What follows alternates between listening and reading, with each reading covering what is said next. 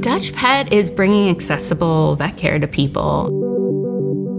The cost of care, it's crazy expensive.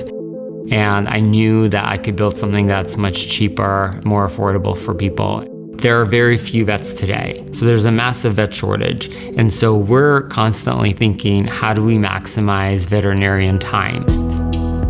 Vets, they get into the business so they can take care of pets. They don't want to be spending their time on administrative tasks. I think vet efficiency and vet optimization for sure is something that Ask Sigma could help us with.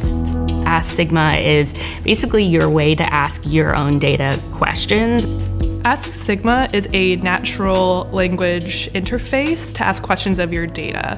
Because Sigma's goal with Ask Sigma is to make it extremely transparent and accessible, it shows the steps that it takes to answer your question. I almost have like a personal data analyst at my side. I used Ask Sigma to ask a question. It broke down my question into the fields that one would create to create the query. I think by breaking it down, it builds trust, crystallizes what I'm asking for.